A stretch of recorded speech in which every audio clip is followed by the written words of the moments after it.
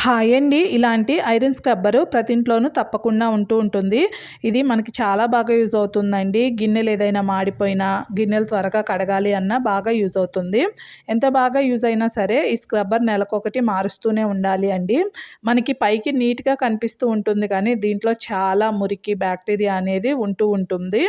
కాబట్టి ప్రతి 5 రోజులకొకసారి ఇలా మనము స్క్రబ్బర్‌ని స్టవ్ పైన కాల్చుతూ ఉన్నామంటే ఒక నిమిషము దాంట్లోని మురికి, బ్యాక్టీరియా అనేది పోతూ ఉంటుందండి.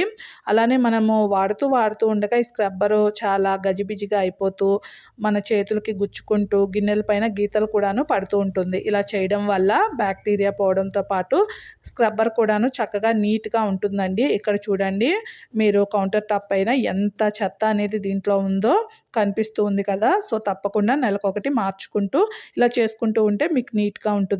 టిప్ నచ్చితే లైక్ చేసి మన ఛానల్‌ని సబ్స్క్రైబ్ చేసి సపోర్ట్ చేయండి. Thank you.